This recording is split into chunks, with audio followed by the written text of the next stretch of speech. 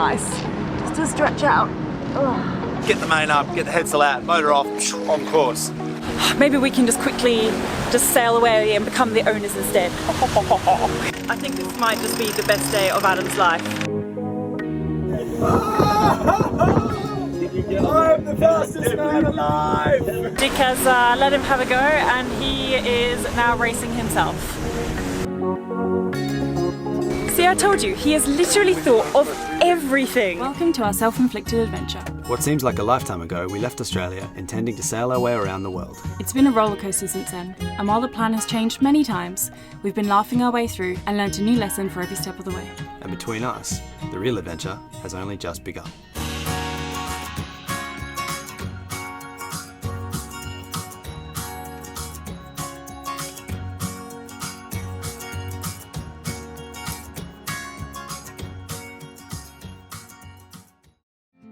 Last episode on Sailing Millennial Falcon. This is the Marmara Islands. All we have is a jib out, a genoa rather, and I reckon we're doing 5 knots downwind just effortlessly. What are we doing, 6? Yeah, we're doing 7.9. 7.9!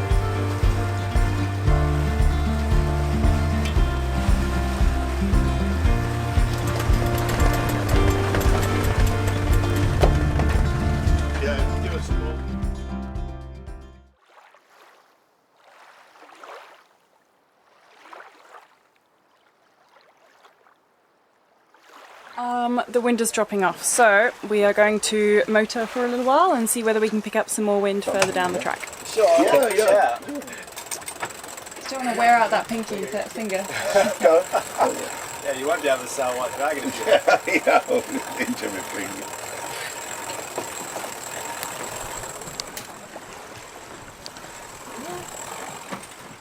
Are we there, aren't we? Yeah. It's so nice to have a really flat foredeck. On our boat you have like Gerards in the way, cutter rig in the way, like there's not really like a flat area of foredecks. This is nice, just to stretch out. Ugh.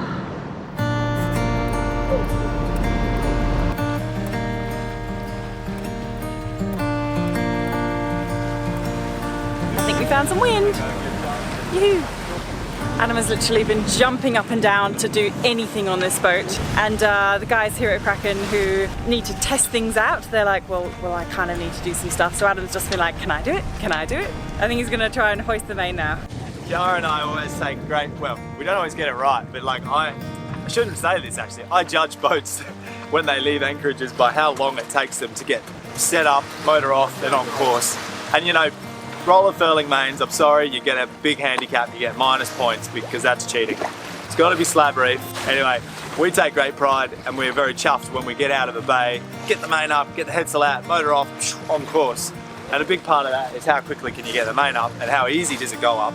So this is the first time I'll haul the main by hand, and it's sort of a good test for me of how easily you'll be able to get a reef in and shake out a reef underway when the sail's got pressure in it. If it's really hard to hoist the main, well then that's a problem down the track for other things. Everyone's waiting on you. Yeah, sorry. As you were. When you're ready? Yeah, when I'm ready. Go on, guys. Go for it, mate. Yeah, pull. Let's need some slack. Go. Okay, now we're going for it.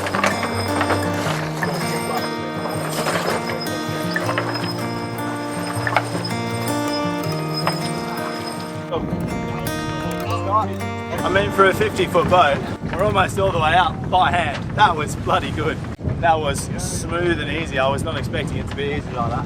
They have this really cool Kraken track system that sort of, well, all track systems make it way easier.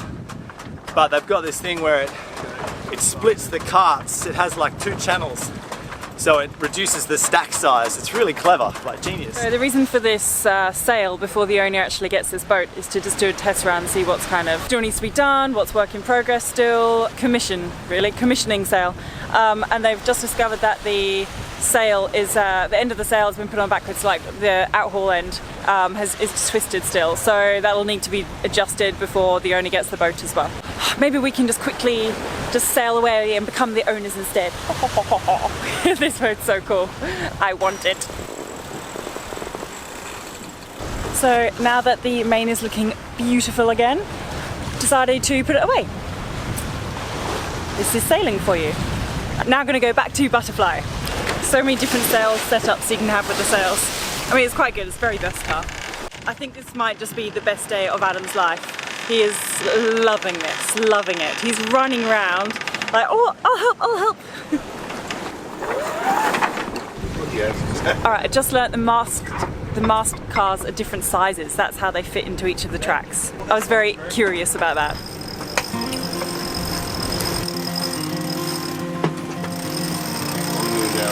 I want to hold back about 3 turns or something.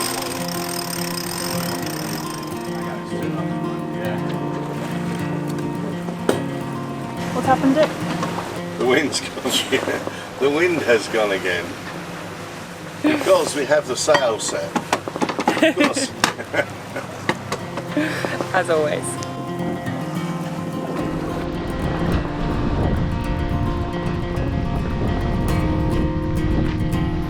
Fortunately for us, the calm did not last, and before we knew it, we were back in business.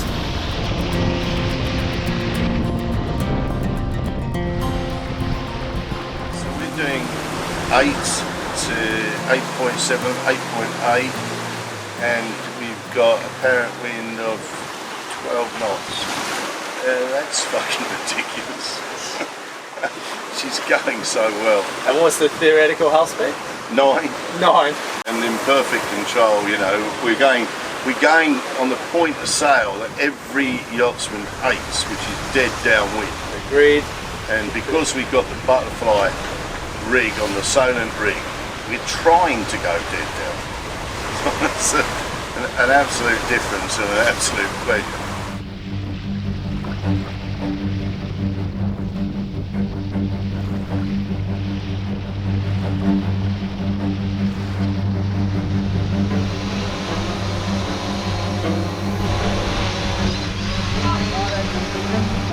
There we go. That was okay. That's practice for when we have to fly Jordan on our own boat. I mean, Adam was clutching me for dear life in case I fell off, but that was actually not too bad. Less stressful when it's not your own drone. So we've had a few hours of wing on wing and had a nice lunch. In the meanwhile, we're going to change direction now to get into our anchorage for the night. We've made up, so I think we started off at 8 o'clock. It's now about 20 to 2 and we only have about 5 to 10 more miles to go. So we've made very good progress. We've done about 50 miles so far. Yeah, final leg towards our anchorage, so yet another sail change.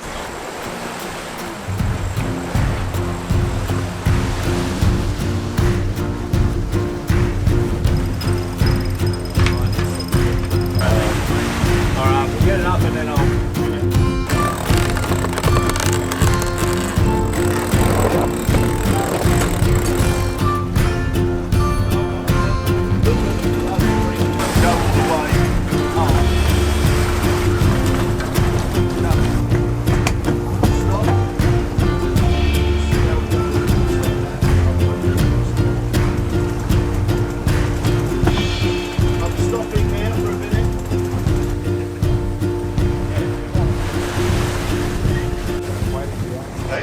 Yeah, since the moment we left the dock.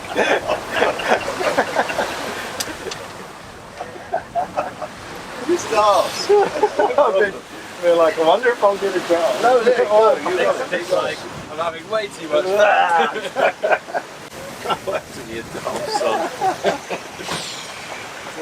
Oh yeah, there's that feedback. Beautiful. Now I can actually, like, you know, drive the boat. Yeah. You actually know what's happening. You don't have to think. You just feel it. Which is one of my gripes about purely hydraulic steering, is that you really have to, your brain has to be steering, not your feel. And, you know, you're not a part of the machine. Whereas this, like, you know that she's heeling over, so you run down. You don't even have to look. Just like my town. Fuck that.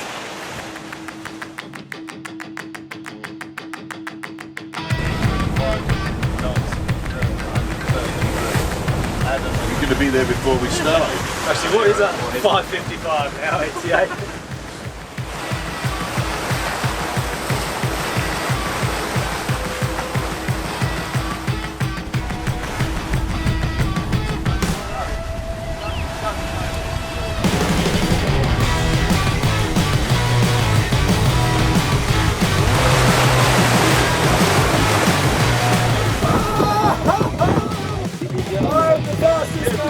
What'd you get? 11.4. Oh, wait, not 12.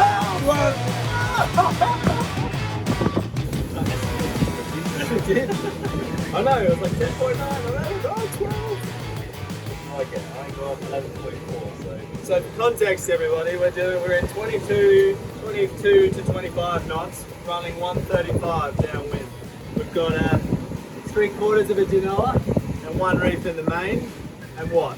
3 to 6 foot seas. We're charging. This thing would sail through a friggin' wall if there was one in front of it. And look bloody good doing it. So Adam's in driver's seat now. Dick has let him have a go and he is now racing himself.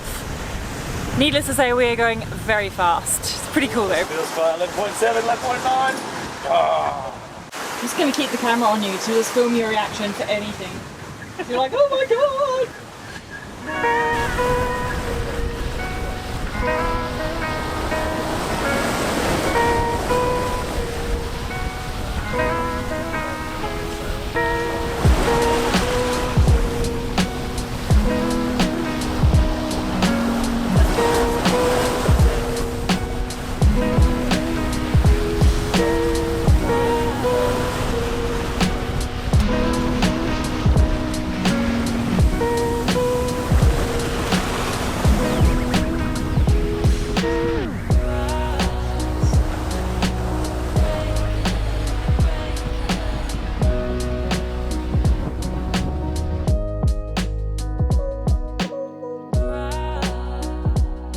So it's all a little bit windy and the swell is a little, well, there's a bit of swell around. So we've decided to change our anchorage option. We're going to go another, I think 5 miles down the way, 10 miles? Yeah, 7 miles. There you go, right in the middle. We're going to go about another 7 miles down and we're going to anchor somewhere else on another part of the island where hopefully the swell won't be coming in and we'll have a nice flat night's sleep and not too rolly. But Adam saw 30 knots of wind, true wind, when we were going just a few minutes ago, so it's getting a bit gusty out here. She's handling it very, very well though. We're sitting quite comfortably. We don't have a head sail because we only have a main up. We are going so close to the wind, even the jib's kind of flapping around a little bit, and we're also doing 7.5 knots anyway, 7.5 to 8 knots just with the main. So it's actually no point to put out a jib because it's going to flap around anyway, and we're doing such good speed.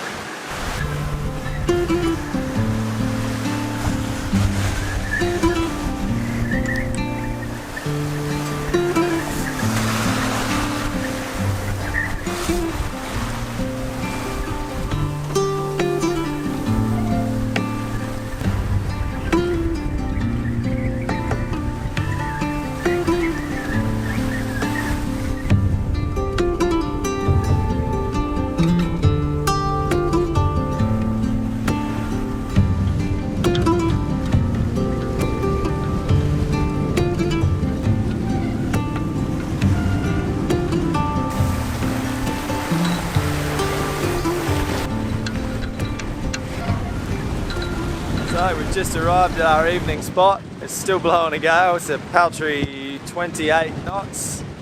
But we have found the shelter we wanted for the evening. Well, it appears we... It's a bit gusty. It appears we have found the shelter we were looking for. And we got in just before dark. Just at magic hour. It's gotta go. It's gotta go. It's gotta go, for sure, yeah. I was gonna say, if you come off the gas and just clap her in irons.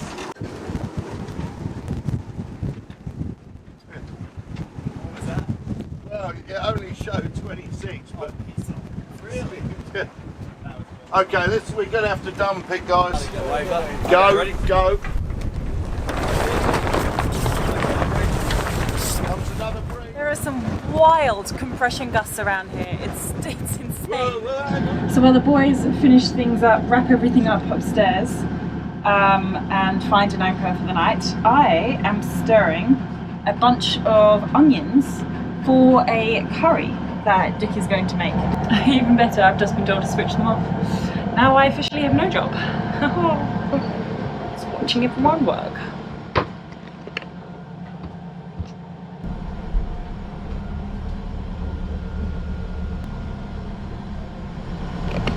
I think I might go and enjoy the awesome sunset. Seriously, it's just really, really beautiful here, the sunsets.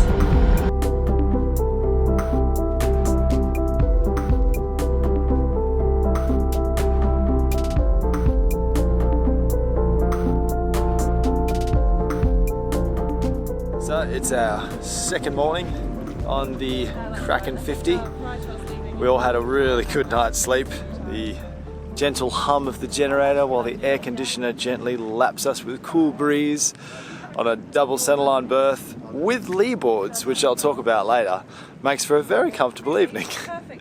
I actually laid down in there when we were underway in a pretty wild day actually. We were downwind, as you saw, in like 25 to 30 knots at times, and I went downstairs just to lie down to see what it might be like in the bed, and really good. Like, I was surprised. You know, usually double centerline berths is a bit of a no-no for passage making because, well, you just roll out of it, but they've come up with this clever system that you sort of have lee boards on either side, so you just prop yourself on the low side, and it's just like being in any other berth really. So we've got a little short sail today so we can test many different points of sail. So we're sort of slowing down the daily runs so that we can use the full spectrum of the boat, and then we'll have quite a hard beat home, which is also an awesome chance to test the boat. So it's all coming together great.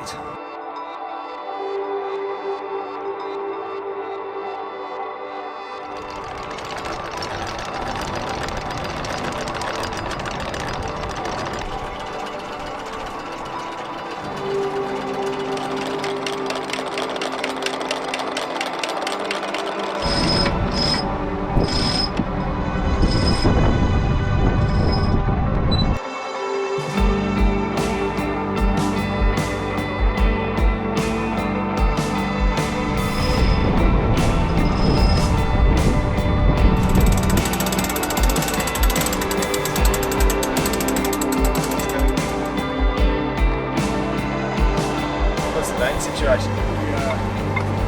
Vang is tight, so yeah, let's loose off on the vang. Sorry.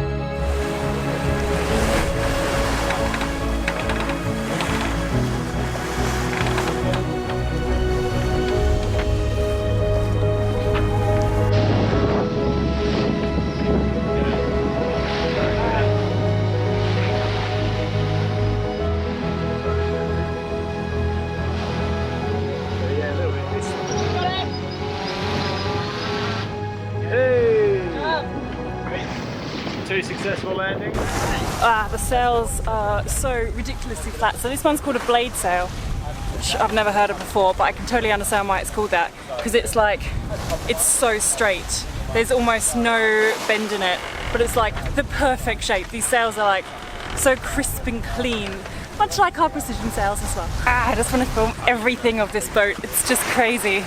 I'm so excitable. Like probably when we bought our boat for the first time, and everything was like, oh my god, look at this, and this is new, and this is new. But with this one, it's like, I keep noticing these things as well that are like back there, for instance, there are 2 water intake valves, and they're both together. And so far, I have not found the fuel, but because Dick has obviously gone sailing around the world many, many times, he's obviously thought about where to place the fuel far away from the water, because you definitely don't want to accidentally fill up your water into your fuel tank, which I'm so worried about on our boat because the 2 intake things are right next to each other. So I'm going to guess that the 2 waters are right next to each other, so there's no confusion about which ones they are, but I'm yet to find the fuel. But I keep noticing all these things and I'm like, oh, that's clever, oh, that's smart. I'm like, what's this for? And I'll ask Dick and he'll be like, well, there's a story behind the reason why I did this. Oh my god, you have just thought about everything. It's ridiculous. Yeah, that is. Where is the fuel? So if you just look under your foot, you're going to see a little locker. Yeah? Right, you lift that up. Adam, can you lift it up? And this is rather unique. And I'm going to give you the narrative on why. Yeah? Okay. So there's a couple of things that are important here. When you come into fuel up, what you've normally got to do, of course, is fuel up on both sides.